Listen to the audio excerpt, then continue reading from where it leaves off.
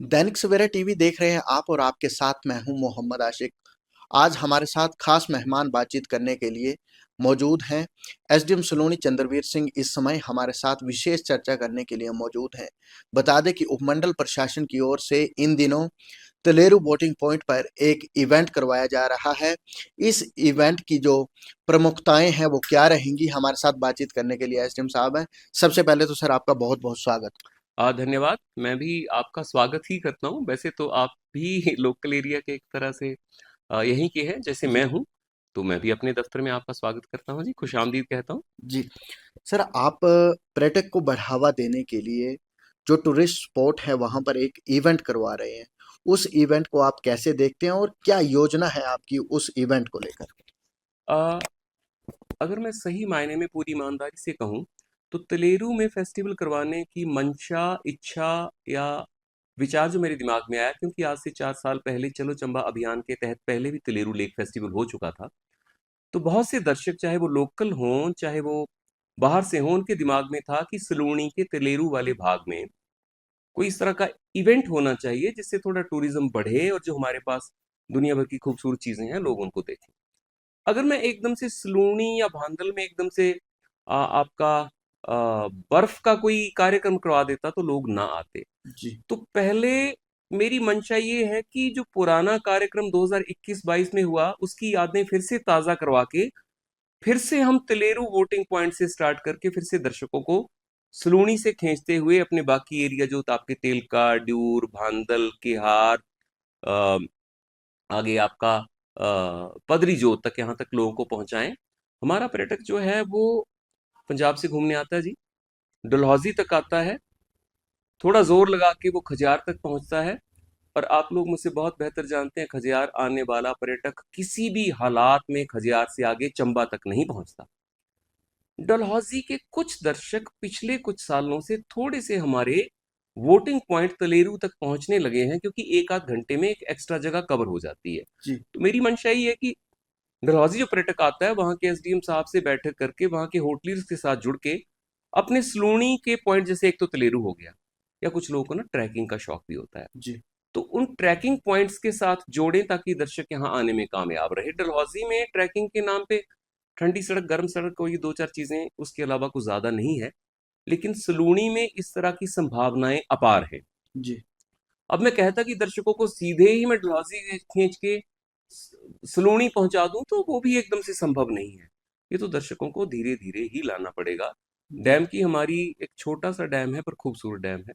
उस डैम तक पहुंचते हैं, जब दर्शक वहां पहुंचेगा तो उनको हम छोटी छोटी वीडियो फिल्म्स के माध्यम से बताएंगे कि सलूनी में और सलूनी से आगे जहां और भी है, और उस जहां का मुकाबला अगर आप करें तो वहां की वैली, वहां की वेजिटेशन, वहां के लोग, वहां का रहन सहन का तरीका, वहां का खाना पीना, वहां की बर्फ, वहां की सर्दी, वहां की लोगों की आवभगत किसी भी हालात में कश्मीर वैली से कम नहीं है। जी तो अगर कहीं आपका बजट इतना है कि आप कश्मीर श्रीनगर नहीं जा पाते हैं, तो आइए सलोनी के उस एरिया में चलते हैं, आके तो देखें एक बार। जी आप आएंगे तो फैसिलिटी भी मिलेगी, लेकिन एक बार आके देखें। अभी भी बर्फ हमारा वैसे ही पड़ा हुआ है, पिघला नहीं है। परंतु दर्शकों ने अभी तक भी इस तरफ का रुख जो है, दर्शकों ने नहीं मतलब टूरिस्ट ने जी उस तरफ का रुख नहीं किया है। जी तो तलेरू के माध्यम से हम बताएंगे कि जहां आप यहाँ तक आ गए हैं तो 1 घंटा और ट्रैवल करके आगे जाएंगे तो बहुत खूबसूरत जगह है। आप चाहे शाम को वापस आ जाएं। एक बार जब कोई पर्यटक ना आ जाता है फिर वो बार बार आता है। जी मैं अगर आपको पुरानी बात बताऊं तो मैं धर्मशाला का पला बड़ा, मतलब वहीं पे मेरे घर हैं। आज से 30-35 साल पहले जी वहाँ कोई पर्यटक नहीं होता था। लोग सिर्फ हिज हाइनेस दलाई लामा जी को देखने आते थे, उनसे मिलने आते थे, उनका आशीर्वाद लेके चले जाते थे। धीरे धीरे लोगों को लगा कि जब हम यहाँ आते हैं तो थोड़े ऊपर के एरिया में बर्फ भी तो पड़ती है। होटल बनने लगे, कुछ गवर्नमेंट की नोटिफिकेशंस चेंज हुई, साथ में स्टेडियम बन गया, और कुछ फैसिलिटीज आई।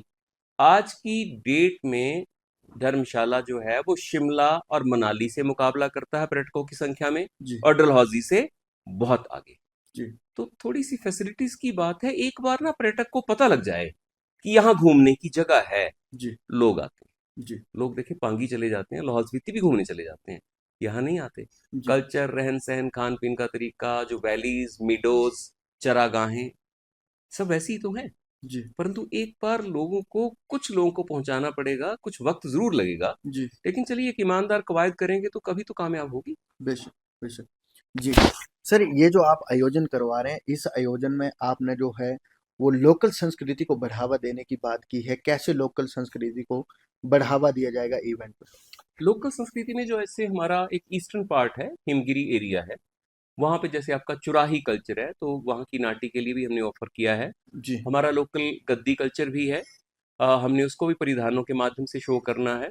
दूसरा, जो किसी भी जगह की पहचान होती है, वहाँ का खान पान होता है। जी, तो हम जहाँ पे जिन नेशनल रूरल लाइवलीहुड मिशन के लोगों से बात कर रहे हैं, उनके साथ हमने ये बात करनी है कि वो जो वहाँ पे खाना परोसा जाए, उसमें चलिए दूसरा खाना तो होगा ही होगा, परंतु अपने लोकल खाने से भी लोगों को रूबरू करवाया जाए कि जी, हमारा खाना भी किसी तरह से कमतर नहीं है। जी, तो वेशभूषा, खाना, यही वो मुख्य चीजें हैं जो आपके लोकल कल्चर को लोगों के साथ रूबरू करवाती हैं। तो जी, इस पे हम स्पेशली फोकस करेंगे।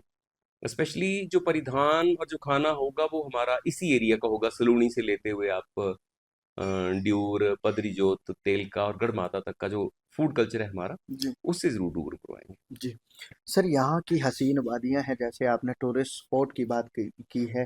कई पर्यटन स्थल है सर, यहाँ पर पर्यटक आते हैं। जब भी वो हमसे मिलते हैं या किसी लोकल व्यक्ति से मिलते हैं, तो वो कहते हैं कि सड़कों का यहाँ पर चौड़ीकरण होना बड़ा ज़रूरी है। फैसिलिटीज़ की जैसे आपने बात की है, तो वो कहते हैं कि अगर सरकार प्रशासन ने अगर मतलब सड़कों के विस्तारीकरण के ऊपर ध्यान दे, रोड कनेक्टिविटी अच्छी होगी, तो टूरिस्टों को आने जाने में जो कोई समस्या नहीं होगी।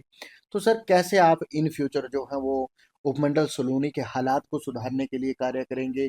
सड़कें जो मान लीजिए तंग सड़कें हैं, गाड़ियों को पास देने के लिए जगह नहीं है, तो इसे लेकर सर किस तरीके से कदम उठाए जाएंगे? ये दोनों ही चीजें समानुपाती होती हैं। जी, पर्यटक और सड़कें दोनों का एक समान अनुपात होता है। जी, अगर हम पहले सड़कें चौड़ी करने की तरफ फोकस करेंगे तो 4 साल फिर हम पर्यटकों का इंतजार करते रहेंगे। वैसे जी, सड़कों के माध्यम से मैं बताऊं, काफी टेंडर पीडब्ल्यूडी ने किए भी हैं, काम चल रहा है। जी, देखिए, जैसे पहले हमारा जोत होता था, जोत जो आपका चंबा को जाते हुए जोत है चौड़ी से ऊपर, जी, अब देखिए कुछ ही सालों में वो काफी चौड़ा हो गया है। बिल्कुल, लेकिन पर्यटकों को बुलाने के लिए सिर्फ सड़कों को चौड़ा करने का इंतजार करना भी सही नहीं है। बिल्कुल, मैंने जैसे पहले आपसे अर्ज किया कि चीजें समानुपाती हैं।